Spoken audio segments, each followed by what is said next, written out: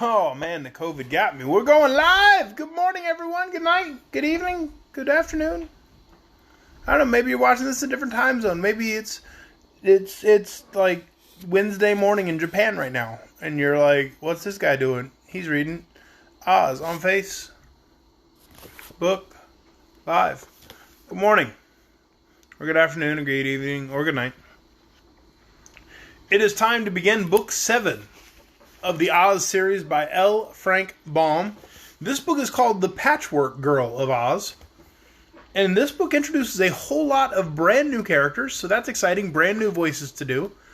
As you recall, these are the stories that were sent by telegraph from Dorothy to L. Frank Baum after Oz was completely cut off from the outside world.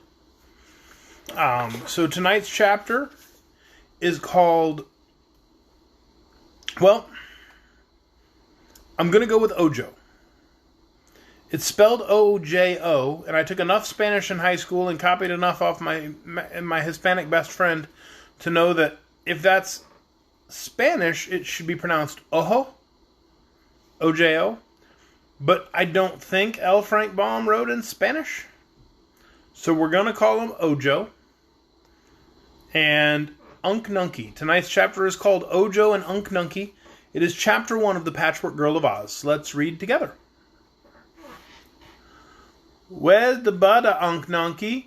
asked Ojo. Unc looked out of the window and stroked his long beard. Then he turned to the Munchkin boy and shook his head. "Isn't," said he. "Isn't any butter? That's too bad, Unc." "Where's the jam, then?" inquired Ojo, standing on a stool so he could look through all the shelves of the cupboard. But Nunkie shook his head again. "Gone," he said. "No jam either?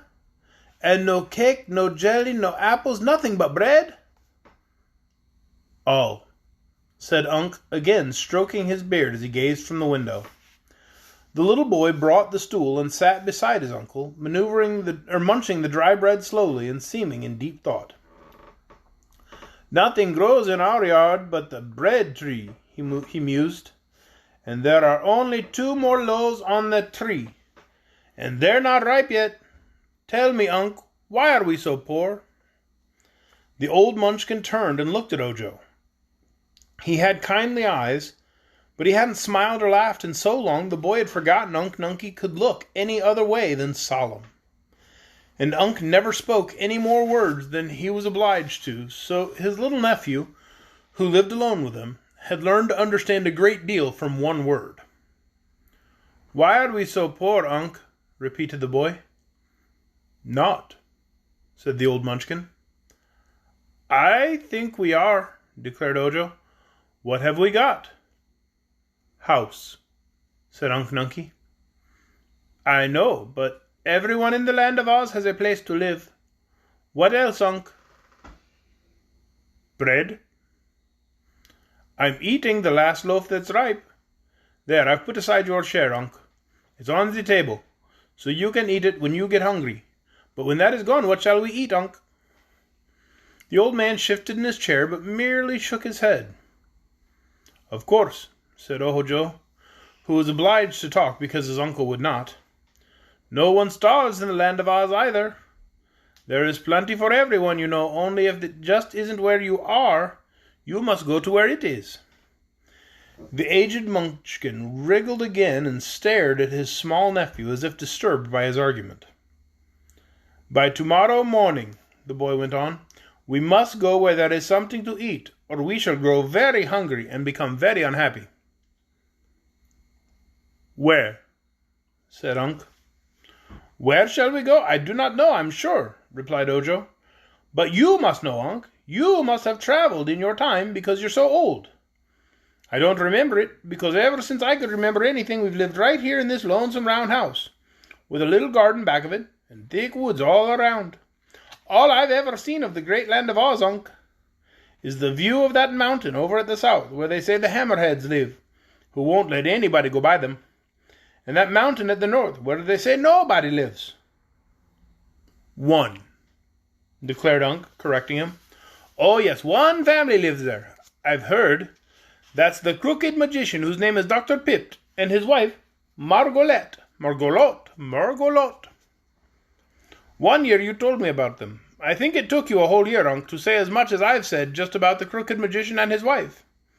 They live high up on the mountain, in the good Munchkin country where the fruits and flowers grows on the other side. It's funny you and I should live here all alone in the middle of the forest, isn't it? Yes, said Unc. Then let's go away and visit the Munchkin country, and its jolly good-natured people. I'd love to get a sight of something besides woods, Unc Nunkie. Too little, said Unc.